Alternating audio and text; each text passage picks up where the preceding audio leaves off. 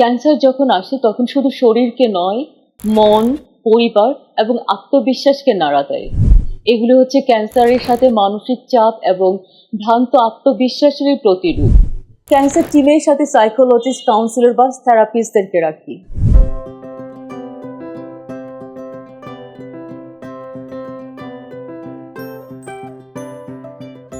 আসসালামু আলাইকুম। আজ আমি এমন একটি বিষয় নিয়ে আলোচনা করতে যাচ্ছি যা আমরা খুব কম আলোচনা করি। ক্যান্সারের সাথে মানসিক স্বাস্থ্যের সম্পর্ক। আমরা সবাই জানি ক্যান্সার হচ্ছে শরীরের ভিতর একটি কঠিন রোগ। ক্যান্সার যখন আসে তখন শুধু শরীরকে নয়, মন, পরিবার এবং আত্মবিশ্বাসকে নাড়া দেয়। আমার কাছে অনেকেই এসে যখন বলেন আমি দুর্বল হয়ে গিয়েছি, আমার আর কিছু করার নেই, আমি একটা বোঝা হয়ে গিয়েছি, আমার মনটা তখন কেঁদে ওঠে। কারণ আমি জানি তাদের এই অনুভূতিগুলো তাদের পরিচয় নয়, এগুলো হচ্ছে ক্যান্সারের সাথে মানসিক চাপ এবং ভ্রান্ত আত্মবিশ্বাসের প্রতিরূপ।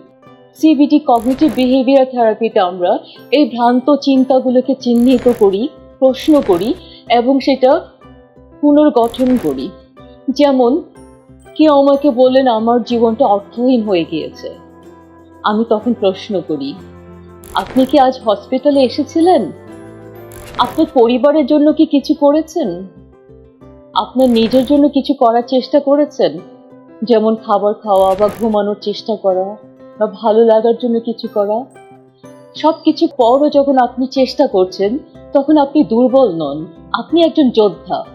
কিন্তু মানসিক স্বাস্থ্যের চাপের কারণে মানুষ যখন ভেঙে পড়েন তার চিকিৎসার ফলাফল প্রভাবিত করে। তাই আসুন ক্যান্সার চিকিৎসার সাথে মানসিক স্বাস্থ্যকে আমরা স্বীকৃতি দেই। ক্যান্সার টিমের সাথে সাইকোলজিস্ট, কাউন্সিলর বা থেরাপিস্টদেরকে রাখি। এখন আমরা পরিবর্তিত সময়ের মধ্যে আছি। এখন আর কাউন্সিলিং বা থেরাপি, মানসিক স্বাস্থ্য চিকিৎসা নেওয়াটা কোনো বিলাসিতা নয়, এটি চিকিৎসার একটি অপরিহার্য অংশ। আপনাদের বলছি, আপনারা হতে পারেন ক্যান্সারে আক্রান্ত রোগী, কিন্তু আপনি শুধুমাত্র রোগী নন, আপনারা একজন মানুষ, একজন যোদ্ধা, একজন প্রিয়জন। এসো নিজে করে আছে সবসময় আপনার পাশে। আপনার ভয়, হতাশা ও যন্ত্রর ভিতরেও আশার আলো দেখাতে। ভালো থাকুন, সুস্থ থাকুন। খোদা হাফেজ।